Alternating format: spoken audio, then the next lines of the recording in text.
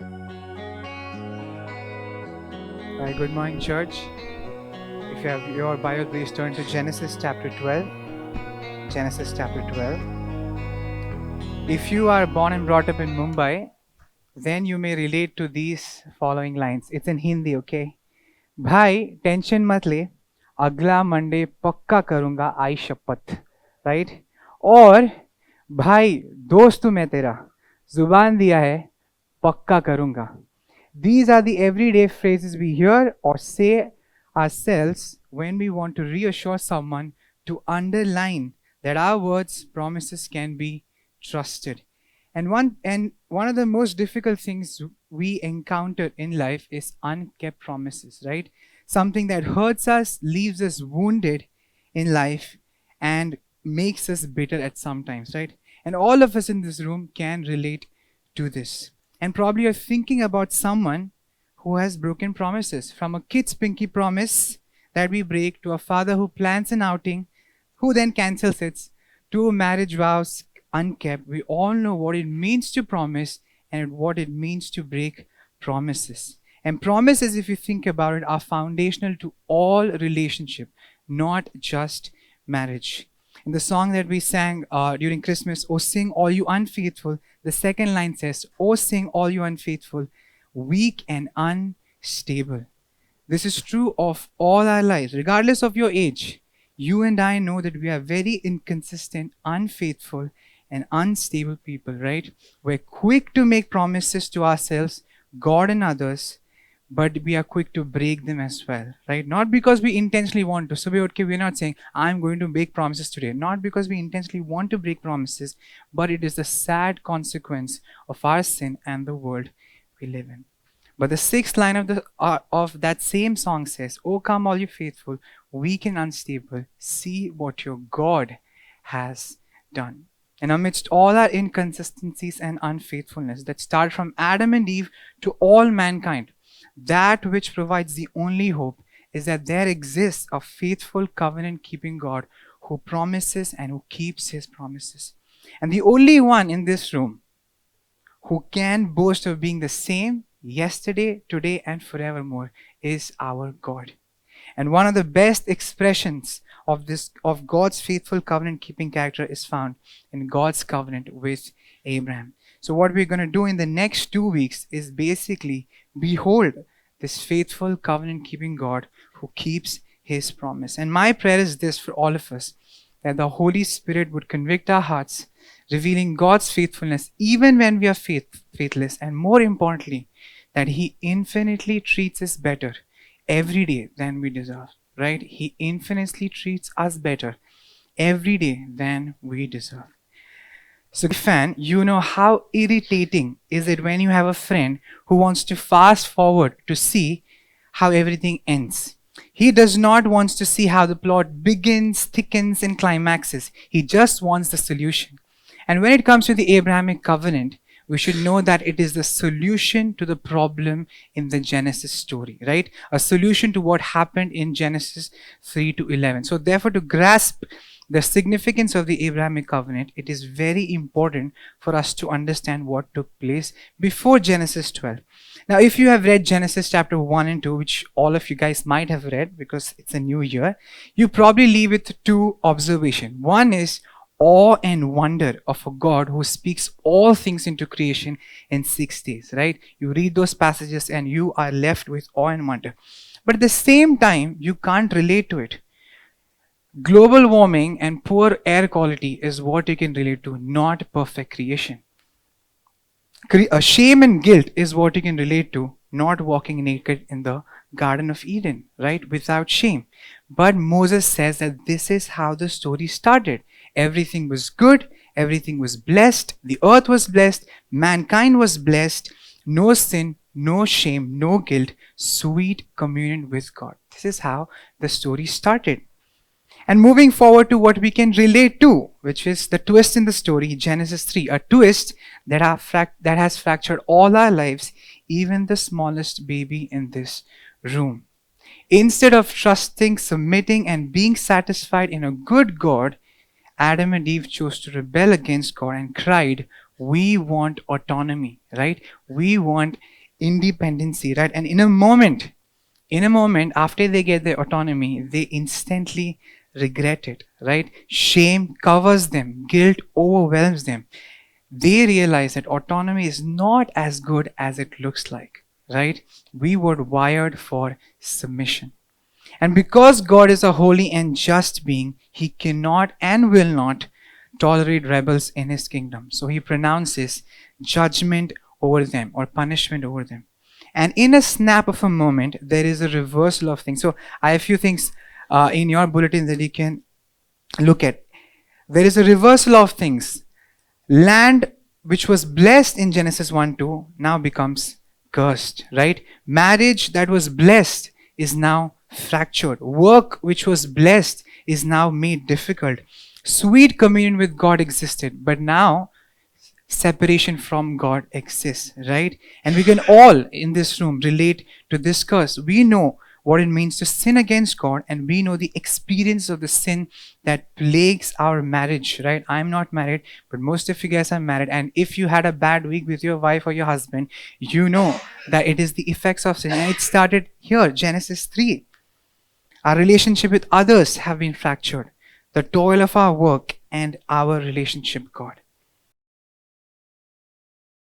Genesis 3 is just the start. Gets worse. Genesis 4 records the first murder, corruption, sexual perversion, and a continual rebellion against God. And if you have read Matthew chapter 24 verse 38, this is what Matthew says about Noah's generation. They ate, they drank, and they got married. Now these are not bad things, right? Eating, drinking, getting married is not bad things. These are God's good gifts in Genesis chapter 2. But what this generation did was that they enjoyed God's gifts and told God, we don't want you. We will enjoy your gifts, but we don't want you. And this is what rebellion looks like. It is very subtle. It is very simple. It does not have to be murder. It does not have to be sexual perversion all the time. It is enjoying God's good gifts without giving a rip about who He is. It is living in God's good world with the bread that He provides and ignoring Him and rejecting Him at His very face. This is what rebellion looks like. It's very simple. Our kids do it, we have done that, and we probably still continue to do it. And this is true of all our lives before conversion, and so true of the world we live in. Now, to the parents in this room, how would you feel if your kids used your resources against you and continually lived in active rebellion against you? How would you understand them? How would you consider them? And the most natural answer is that it would grieve your heart, right? If your kids behave and rebel against you, ignore you, resist you, it would grieve your heart. And Genesis 6 says that looking at the world, looking at what mankind was doing, it grieved His heart. And as a just God, again, He cannot overlook sin. And God decides to curse the world again. But this time He is going to curse the world with a flood. But we know that God protected Noah and his family. But if you think that things got better after judgment with kids, you know, right? You spank them, you hit them, and you think next time they'll not do it. But they will continue to do it, right? In the same way, things don't get better. The family that was protected from judgment starts engaging with sin, right? Noah was protected from the flood. Noah starts sinning by getting drunk, and his son dishonored his father. And this is what God says after judging mankind in 8:21. The intention of man's heart is evil from his youth. This is what God concludes. Even after this worldwide punishment, Noah and his family start sinning, and this is what God's conclusion is. They are evil, they are wicked. And things go really wild in Genesis chapter 11. All mankind, now not just Genesis 3, Cain or few others, or Noah and his son, but all mankind came together to rebel against God in Genesis chapter 11. If you remember in Genesis 1, God commanded humanity to spread out, right? Spread out and fill the earth. But in Genesis 11 verse 4, Mankind rebels and does the exact opposite. They unite in one place with one language and with one purpose, and they said, let us build a city so that we'll never be scattered. Right? Disobedience. And God came, confused their language, broke their unity, and scattered them across the earth. If Genesis 1 to displays God's goodness to his creatures, the Genesis 3 to 11 exposes those same creatures in full rebellion against their good God. Right? Is He Worthy is one of the songs that we often sing at our church, and the first two lines says, do you feel the world is broken? Do you feel the shadows deepen? These two lines so beautifully explains Genesis 3 to 11, right? We live in a world which is broken, and we live in a world which is dark. But the same song says, right? But do you know that all the dark won't stop the light from getting through? Brothers and sisters, it is vital that you and I locate ourselves in Genesis 3 to 11, right? When we read Genesis 3 to 11, it's like, oh, they did it, Noah itna kharab hai, or like Cain itna kharab hai. We stand as representatives of sinful humanity. We did not want God just like those generation did. We wanted to use Him. We wanted to exploit Him and have nothing to do with Him. But in contrast, this is how God treats His rebels, not in judgment, right? Not in ultimate judgment, but in Genesis 3:15, we first see for the first time that God plans something, right? God, who had all the reasons to wipe us out, to punish us, to destroy us from for all eternity, right? What does He do? He does not choose to do that. Instead, He makes a promise that from Eve, God will raise an offspring, a deliverer, a redeemer, who will reverse the effects of sin and curse. Right? This is how God has treated you and me, infinitely better than we deserve. Right? Genesis 3 verse 11. Outright rebellion against God. And God is like, I'm not going to wipe you out. I'm not going to release you. And instead, the effects of the fall.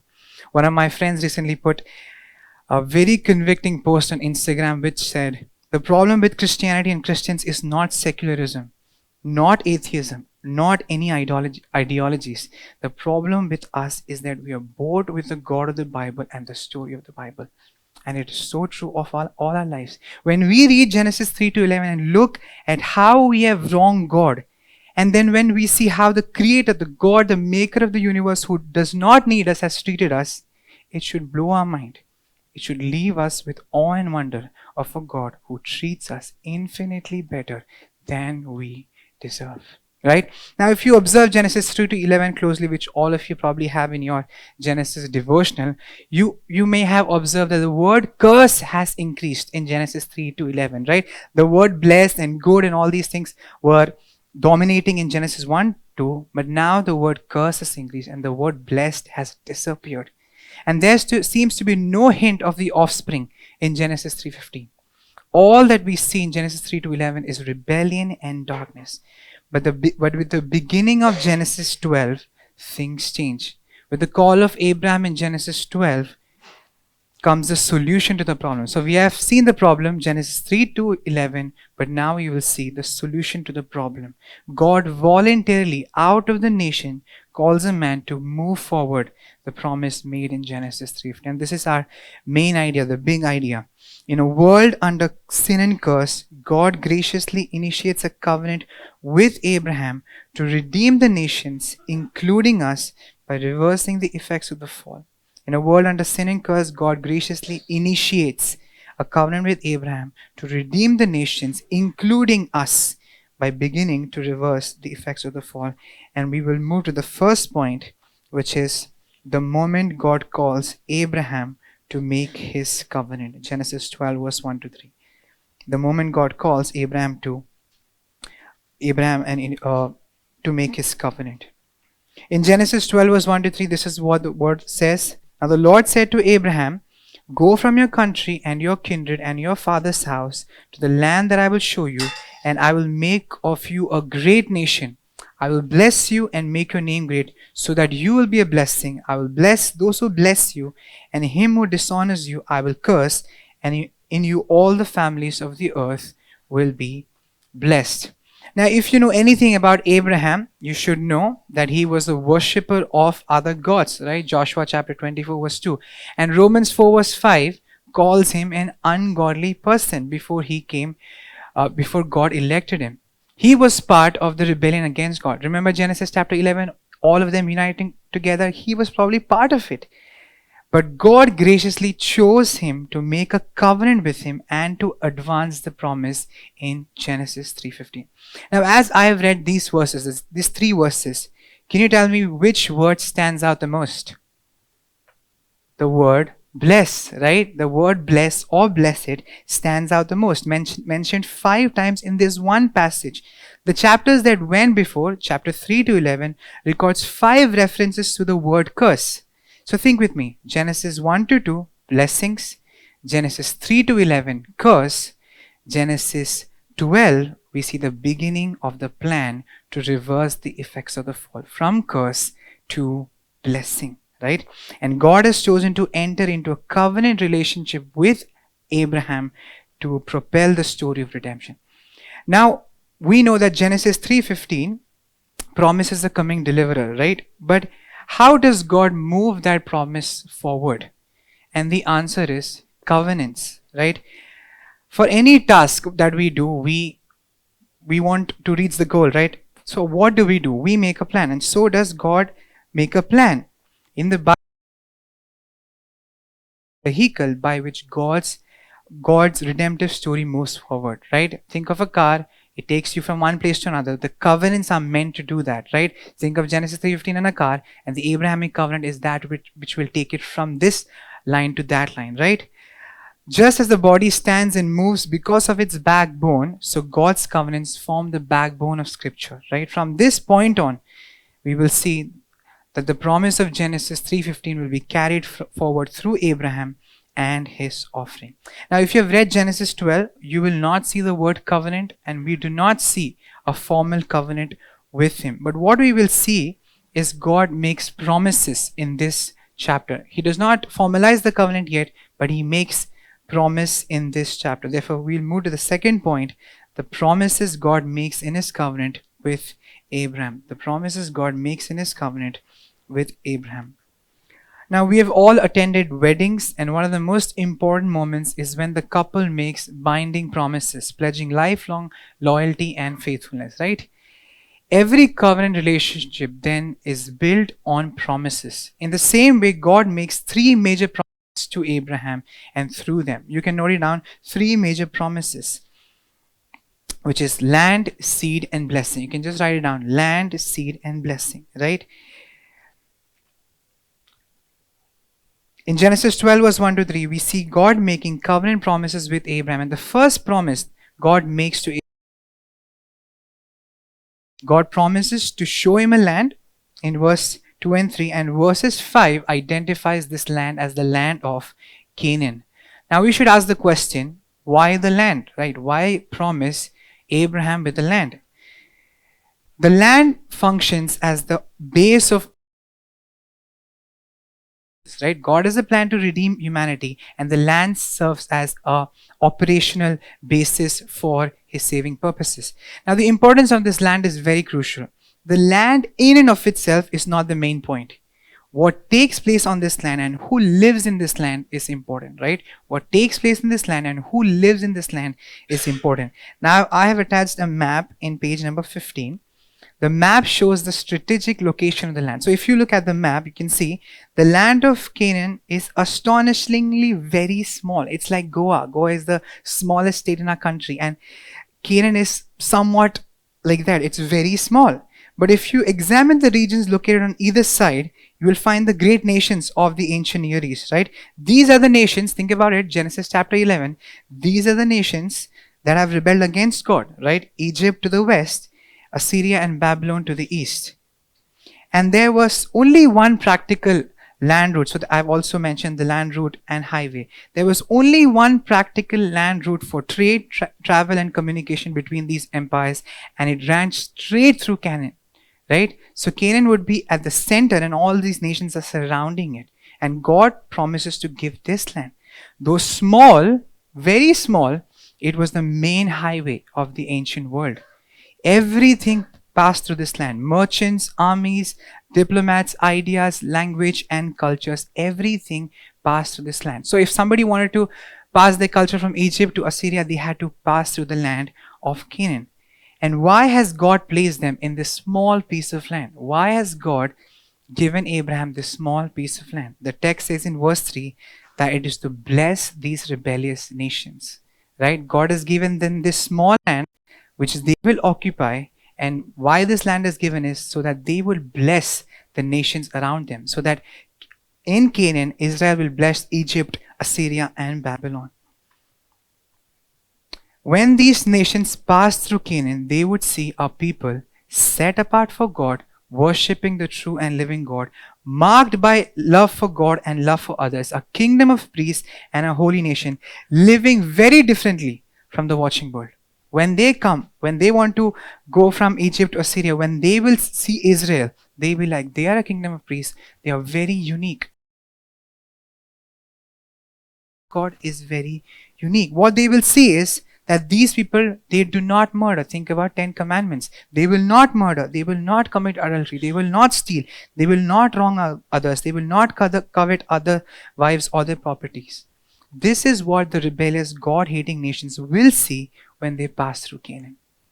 This is why the promise of the land was given. This is the base of operations. Think about Genesis 3:15. God is trying to reverse the, and he has chosen Abraham and his family to bless the nation. And this is the small location, center of the ancient Near East through which they can bless the nations. But what about a land without people in it, right? And therefore, God gives the second promise, the promise of a great, which is, this promise is deliberately ironic because when God speaks these words in Genesis 12, Abraham is 75 years old and childless, well beyond the age of having an offspring. Yet it is to this man that God promises the formation of a great nation. He's childless, he has nothing, right? And to this man, God says, you will become a great nation. Some people say that God has a great sense of humor. And with this particular promise, basically giving a nation to a childless man, I agree. Think about it. It's not as if there were no 25-year-old man. It deliberately chooses an old and barren couple. And we should ask why. And as we follow, we will see that Abraham struggling to believing the promises of God, struggling to believe that his offspring will be numerous as the stars. And all of us in this room have asked this question. Why does God do certain things he does, right? Sometimes it seems too strange for an all-wise God to do this. Why choose a 75-year-old to bring forth your promises? Why not choose a 25-year-old hatta-kata guy? But God does things quite differently. And if God's ways are higher than our ways, then we are faithful in keeping his promises, but he is also faithful in growing our faith through those promises, right? God is not only faithful in keeping his promises, but God also wants to grow our faith through those promises. God orders all things, often strange in our eyes, so that our full dependence, deepest joy, and lasting satisfaction are found in God alone. Abraham, who began in weakness and unbelief, is called in the New Testament as the father of faith. So if you were to ask who is the best example of a man who exhibited great faith, God would say, look at my servant Abraham, right? He becomes a man who was riddled with unbelief to a man who is called the father of faith. So much so that he was willing to offer his own son as a sacrifice. Look at the faith. Can I have a child? Will you give me? 25 years he longed for a son and he got it. The transition from unbelief to belief in God to the extent that he would be willing to offer his son, right? So God not only fulfills his promises, he also is faithful in growing our faith. Therefore, brothers and sisters, when God allows unsettling or unexpected circumstances in your life in this year, do not see them as obstacles. See them as opportunities to know God more deeply, seek his face more earnestly, and worship him more profoundly than ever before. God is faithful not only in keeping his promise, God is also faithful in growing our faith. Now, Abraham can only become a great nation if he has offspring in the first place, right? So the promise of becoming a nation necessarily includes the promise of a son, right? An offspring through whom that nation would come. And as we know that in history, Abraham's offspring becomes the nation of Israel. At the same time, God's covenant with Abraham functions as the means by which God's earlier promise of an offspring in Genesis 3:15 would move towards fulfillment. There is a clear link between the offspring in Genesis 3:15 and the offspring in Genesis 12 verse 3. The offspring promised in Genesis 3:15 would come from this great nation, right? The offspring promised in 3:15, the deliverer would come from this generation. So, what have we seen? Abraham is promised the land, and now he's promised a great nation. And of course, implied is the promise of an offspring. The question now we have to ask is, what is the goal of these promises, right? Why does God give these promises to him? And the third promise that God makes to Abraham is the promise of blessing, right? 5 references in chapter 12. God gives Abraham promises of personal blessings, offspring, land, kings, protection, and much more.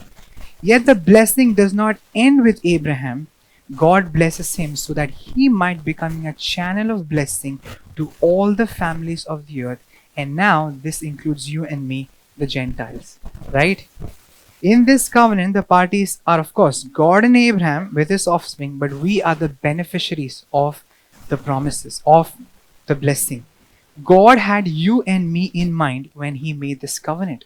In Genesis 12 verse 3, when God says, through your family the nations will be blessed, God had you and me in mind when he was making this covenant. Long before we existed, God was already planning our redemption, and through Abraham. And this is the goal of God's covenant with Abraham. Now, what does blessing mean? That is also an important question to ask, right? What does this blessing mean? That Abraham will bless the nations of the earth, that's what we have read. But what does this blessing mean? Now, if you think about Genesis 1 to 2, blessing had to do with fertility or fruitfulness of mankind and the land, right? Fruitfulness of mankind and the land. Peace and harmony with God and one another. Prosperity and success, right? That is what we see in Genesis chapter 1 to 2.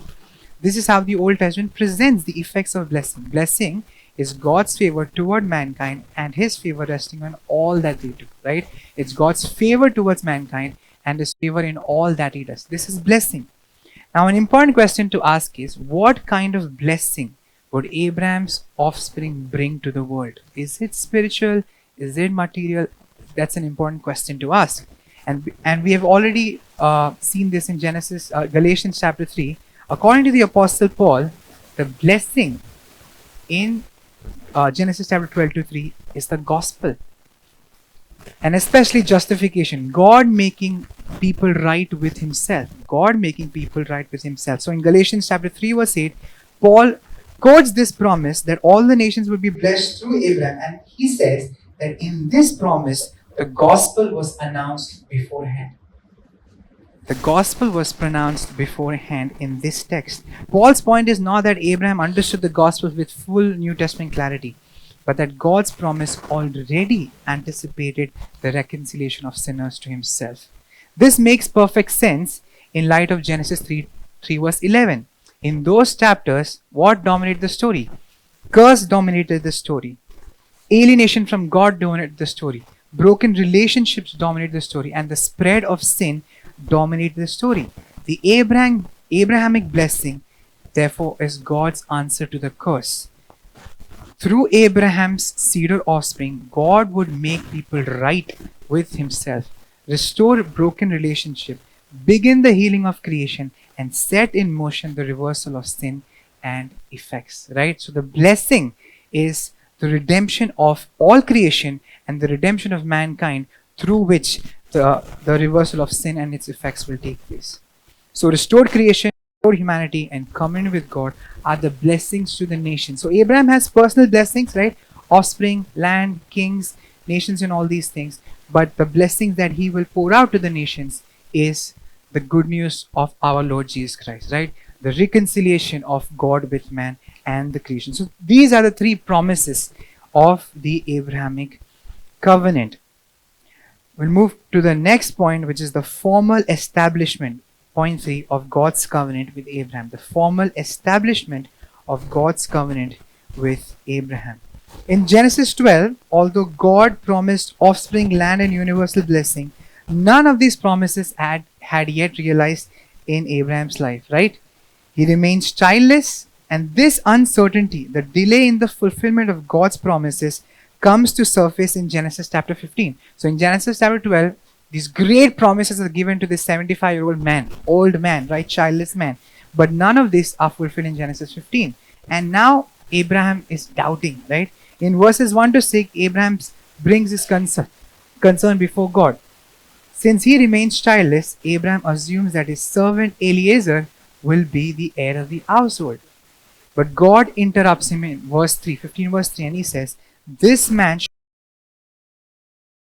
own son, will be your offspring. Your very own son will be your offspring." Then God takes Abraham outside and tells him to look towards the heavens and count the stars if he can count them. And God tells him, "So shall your offspring be." Not only was the promise of offspring still unfulfilled, but so was the promise of land. He did not realize any of these promises, and God repeated his promise to give Abraham the land.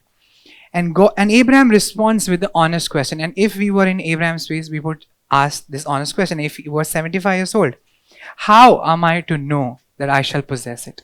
How do I know? What assurance do I have that you will keep these promises? In other words, yes, you have promised, but what is the certainty that you will keep your promises?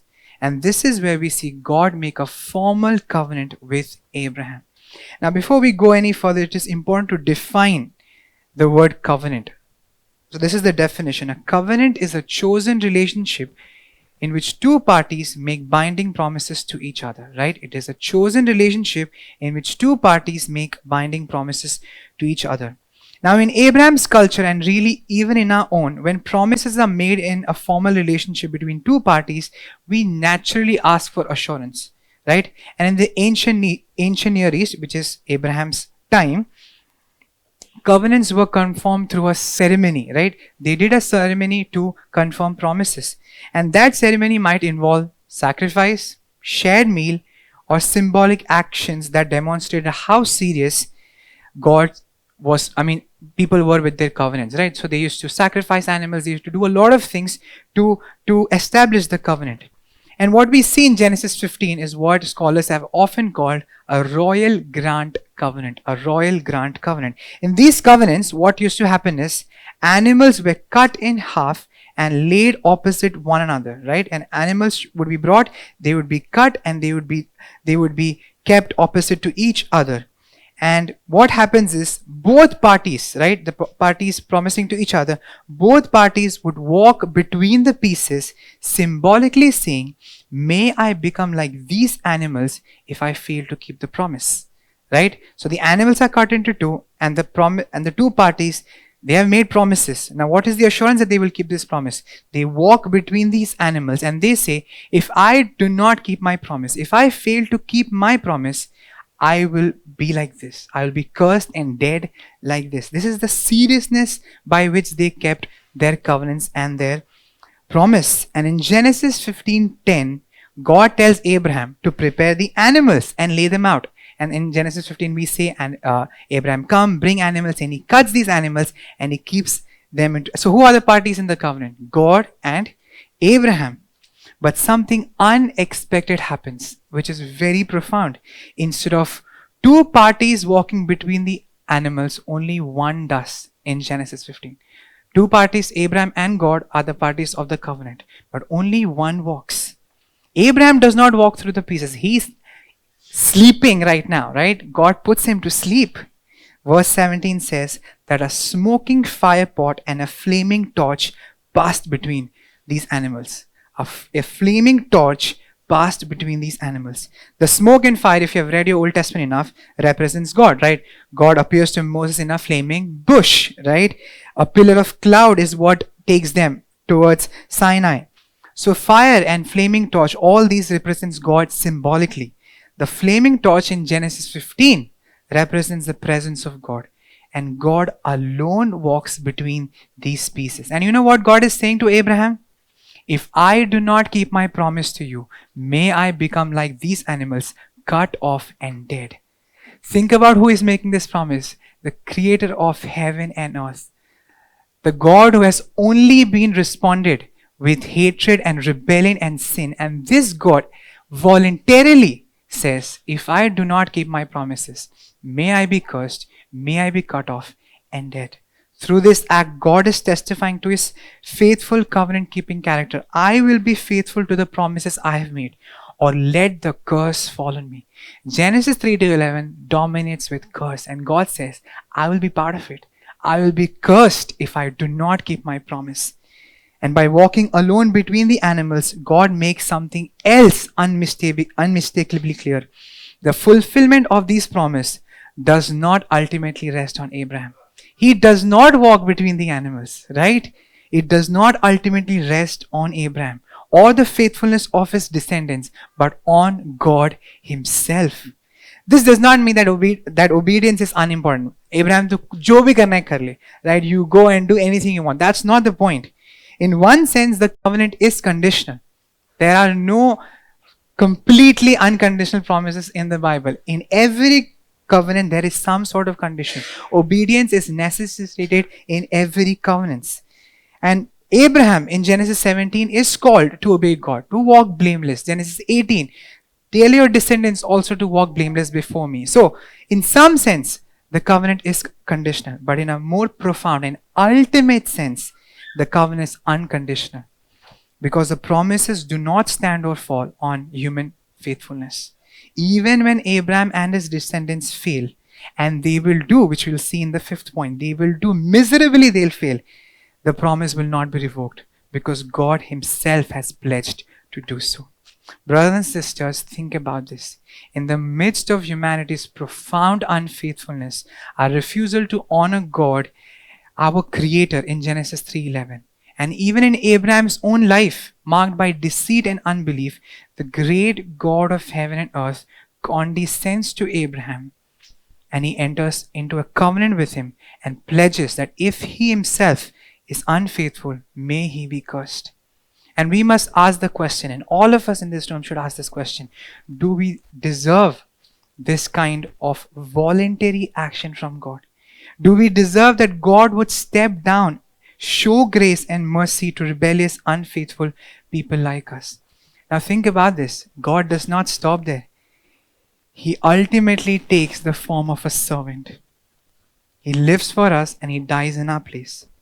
There is nothing good in us, if you think about it, that compels God to do this, right?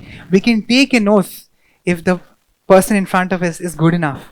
There is nothing in us that compels God to do this. But this is who he is. He is gracious and compassionate, slow to anger, and faithful to his promises, even when there is no reason in us for him to do so.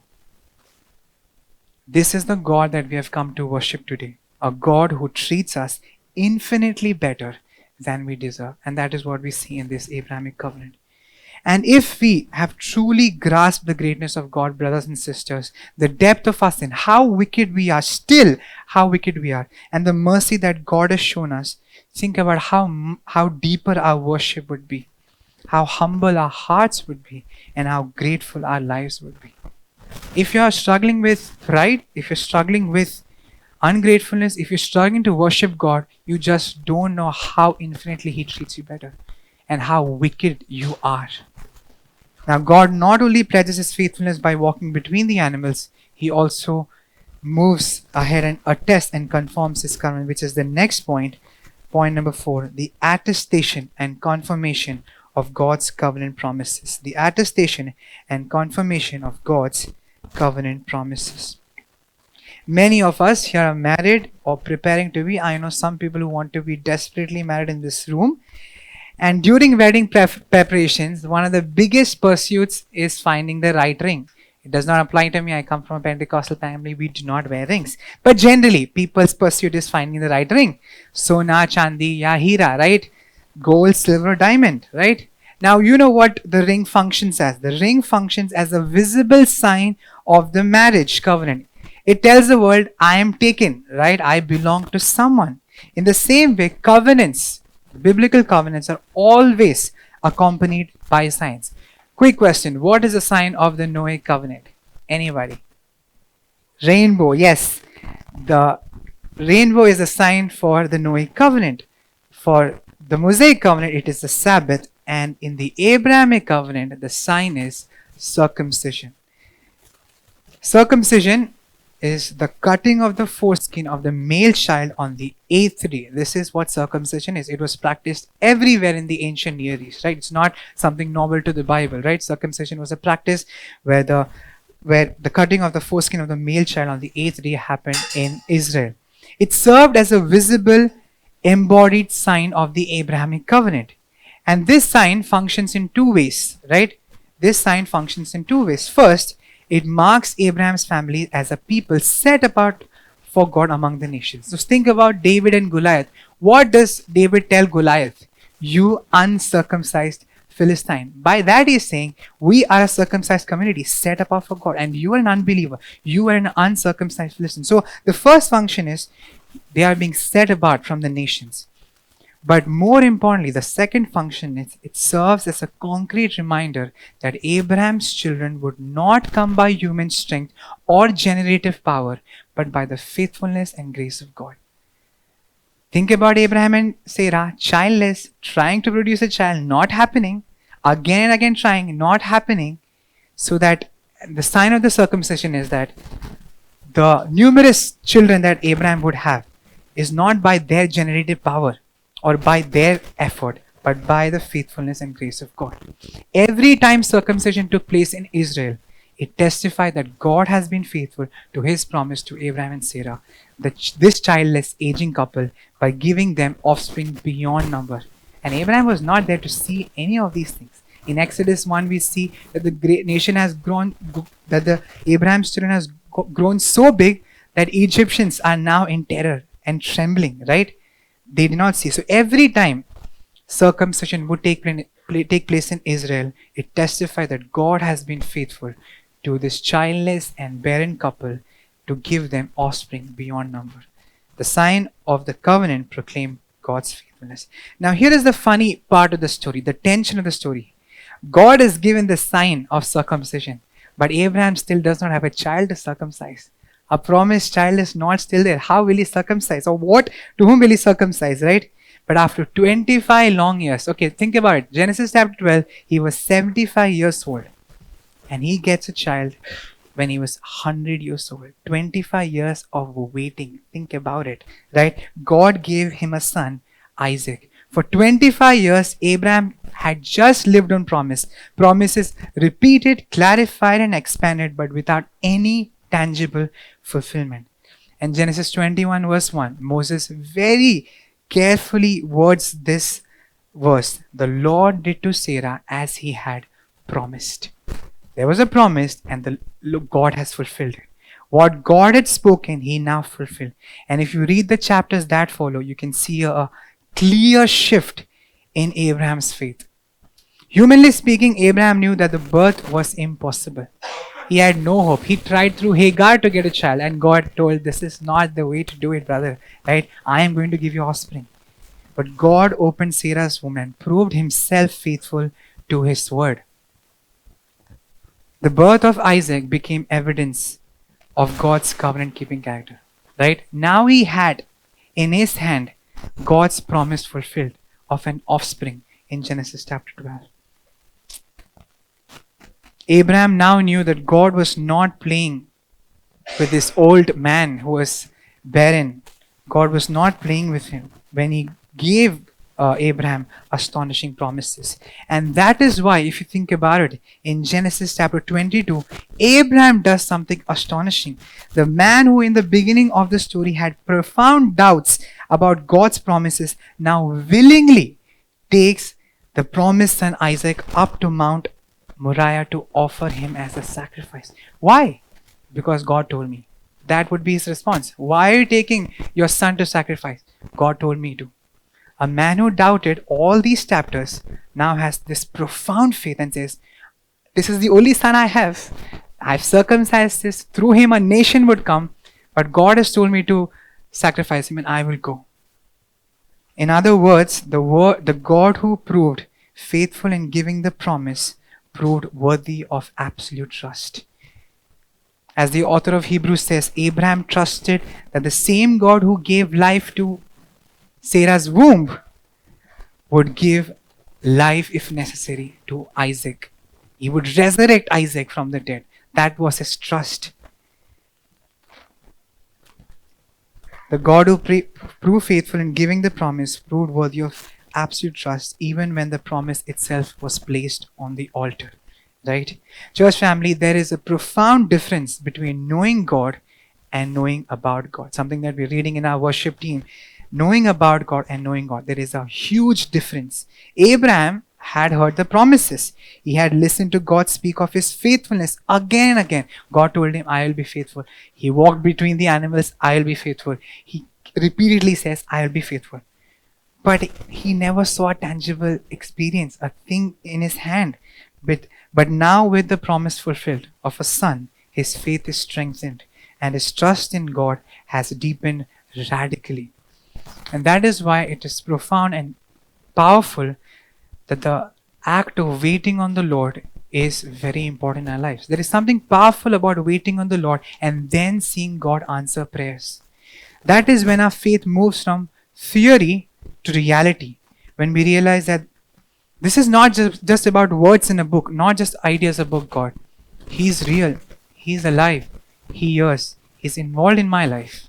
And when God answers, when He responds to our prayers, it strengthens our faith and deepens our trust. It moves from merely saying, I know about God who is omnipotent, omniscient, and omnipresent, to be able to say, I know God. There is a difference between knowing about God and knowing God. And if we are honest, many of us have not practiced this kind of waiting on the Lord. Think about Abraham, 25 years of waiting on the Lord and His promises, and finally getting it. Hudson Taylor, a Christian missionary, while working as an assistant to a doctor, intentionally chose not to remind his employer about his salary because his goal was, I want God to increase my faith. So intentionally, he would not ask his boss to pay him. Instead, he committed himself to prayer, trusting God to provide him. There were days his resources decreased and all that he was left was a single loaf of bread and water. And then out of the blue, the boss was like, hey, Hudson, I forgot your salary. Here you go. Probably that was the last day of his single loaf of bread. And God, out of the blue, the doctor would pay him. Taylor later said that the discipline of waiting on God prepared him for the greater trials he would face as a missionary in China. So brothers and sisters, as you walk through rough situation this year, anxiety, worry about the future, stress, season of doubt, unanswered prayers, temptation, loneliness, grief, sickness, and even weariness in following Christ, wait on the Lord. It's okay to wait on the Lord, not just 15 minutes, 30 minutes, 4 days and 4 seasons, waiting on the Lord to respond to your prayers. If God is alive, then He should respond to our prayers. And sometimes when we don't expect, we're living as functional atheists, right? Jesus in Matthew says, pray and pray unceasingly and pray with expectation. Because personal experience of God's faithfulness in your life and my life have a profound impact on our faith and our walk with the Lord. When God personally is faithful to you in your life, it has a profound impact on your faith and your walk with the Lord. So wait on the Lord just as Abraham did. Now, and after Abraham's story of offering his son in sacrifice, an episode that ends with Lord stopping it from happening, God now confirms His covenant with Abraham once more in Genesis 2 verse 15 to 18. So Genesis 12, promises. Genesis 15, formal establishment of the covenant. Genesis 17, attestation. And now Genesis 22, the confirmation of God's promise. But this time, and for the first time in the Bible, God does something unique. So God spares Isaac from dying, and God confirms His covenant. This is the first time in the Bible that God swears by himself. God takes an oath. God tells Abraham that he will surely keep his promise. So he has only received an offspring. A nation is yet to come, the land is yet to come, and the promise of the blessing is yet to come. And God confirms to Abraham and says, he swears by his own name and says, I will surely keep his promise. And because there is no one higher than God, no greater authority by whom he could swear, God swears by himself. There is nothing outside of God that can guarantee his word. So God places the guarantee of his own being. If God were to fail to keep this promise, he would be rendered as a liar. If God, who took an oath by his own name, if he were not to fulfill his promise, he would be rendered liar. And if God were a liar, he would cease to be God. This is the level of commitment we see from God.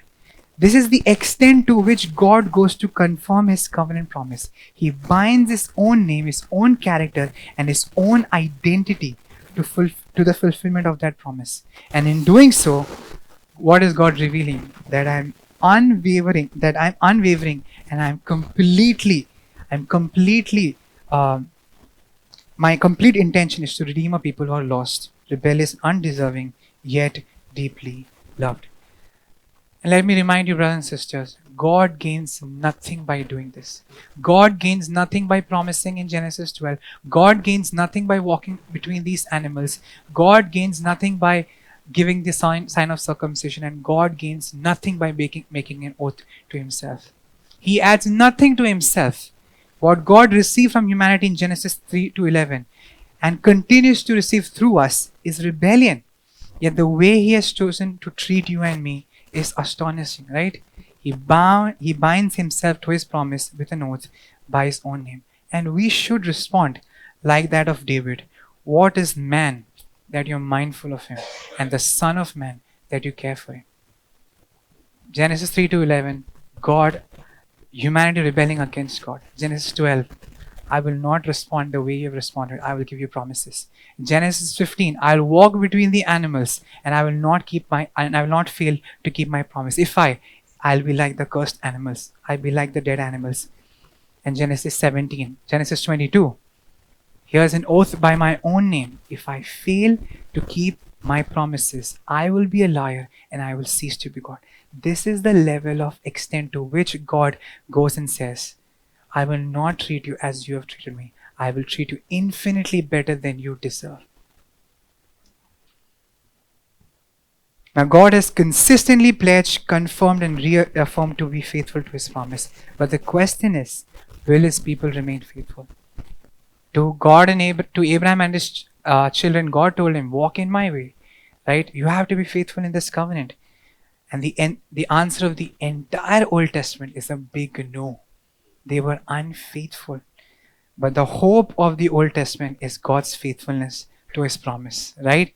From 3 to 11, from Exodus to the last book of the Old Testament, Israel remains faithless, unfaithful. But from Genesis 1 to the last book of the Old Testament, God remains faithful, which is our fifth point, the faithfulness of God to his covenant despite Israel's unfaithfulness. The faithfulness of God despite Israel's unfaithfulness. Now, the story of the entire Old Testament may be summarized in 3 points. And this is my last point. It is short. And I'm going to go fast with it. 3 points to summarize the Old Testament. Number 1, God's faithfulness. Number 2, Israel's unfaithfulness. And number 3, God's continual faithfulness amid Israel's unfaithfulness. All right? God's faithfulness, Israel's unfaithfulness, and God's continual faithfulness amid Israel's unfaithfulness. So the summary of the Old Testament in 3 points. Number 1, God's faithfulness. God, the faithful covenant keeper, begins to fulfill his promises to Abraham. So if you have read the book of Exodus, the promise of offspring takes shape, right? And Israel now becomes a huge nation, The promise of land unfolds in Joshua and reaches a high point under King Solomon, where Israel occupies much of Canaan. And at this moment, Israel is positioned to be a blessing to the nations.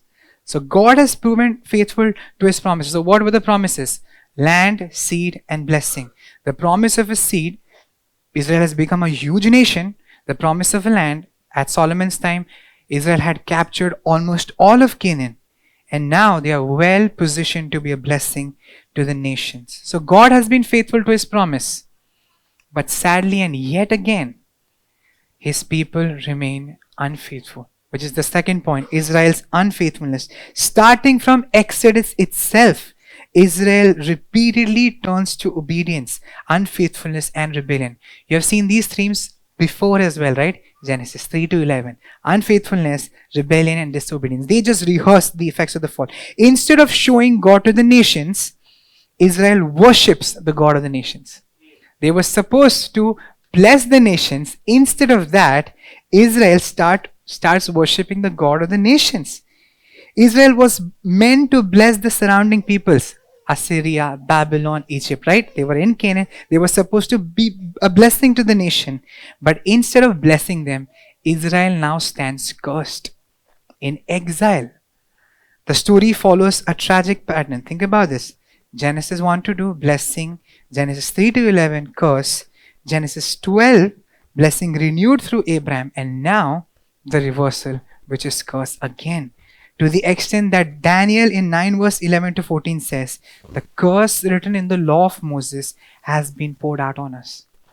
He's in exile and he says, the curse written in the law has been poured out on us. Israel becomes a cursed nation. The very nation meant to be a blessing, meant to bless other nation, those nations come and become instruments of judgment against Israel. Assyria comes, Babylon comes. Their numbers shrink. So offspring, big nation, now a very small nation. The land which they were given, which they were given to be occupied, now their land is occupied by other people. And they become a blessing to no one. Now the question that the last pages of the Old Testament leaves us is, does Israel have any hope?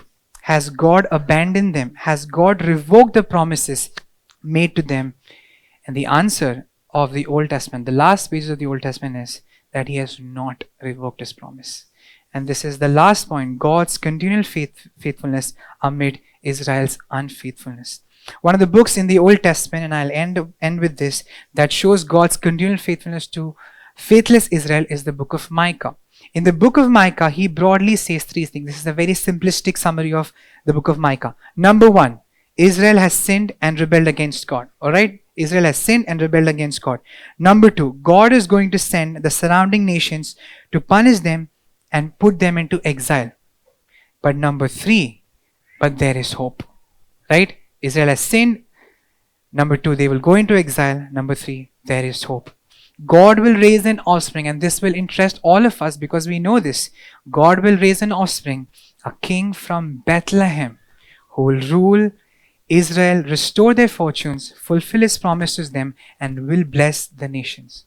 Now think about this. Regardless of how the world, Genesis 3 to 11, has treated him, and how his son Israel has treated him by dishonoring and disobeying God, the faithful covenant-keeping one refuses to treat them as we have treated him. Right? Genesis 3 to 11, we have mistreated God.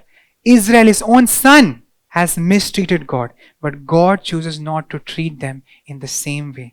Instead, what he does is, he sends his own son, Jesus, the king born in Bethlehem, to die for us so that the promises made to Abraham would be fulfilled. We would be redeemed, the blessings, and God's faithfulness would be displayed. The prophet Micah was not in exile, but he saw Israel march into exile, right? He saw Assyria come and take them to Israel. And now he's ready to see that Judah is next.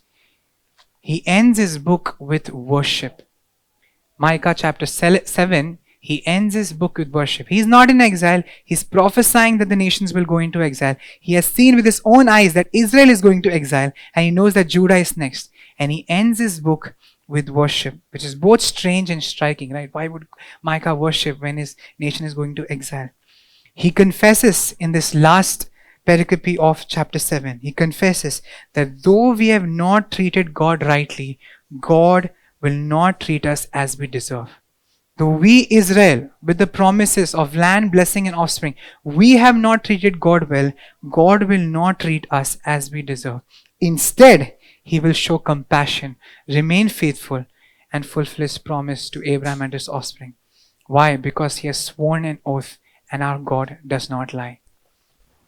God is faithful, Israel is faithless, but amid all those things, God continues to be faithful to Israel.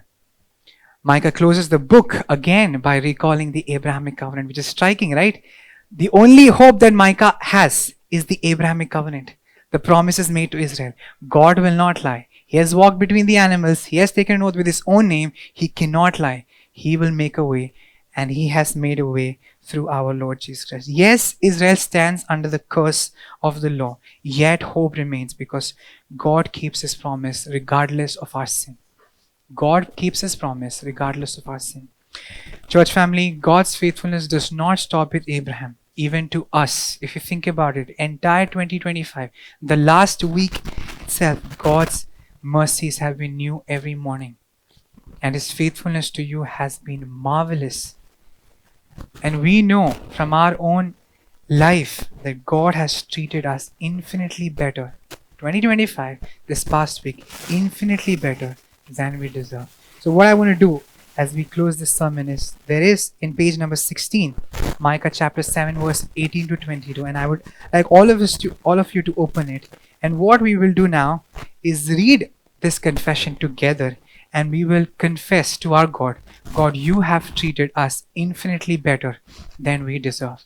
God has treated us infinitely better than we deserve. Not only Israel, but also us. Let us all read Micah chapter 7 verse 18 to 20. Who is a God like you, pardoning iniquity and passing over transgression for the remnant of His inheritance? He does not retain His anger forever, because He delights in steadfast love. He will again have compassion on us. He will tread our iniquities underfoot. You will cast all our sins into the depths of the sea. You will show faithfulness to Jacob and steadfast love to Abraham, as you have sworn to our fathers from the days of old. God has not forgotten His promises to Abraham.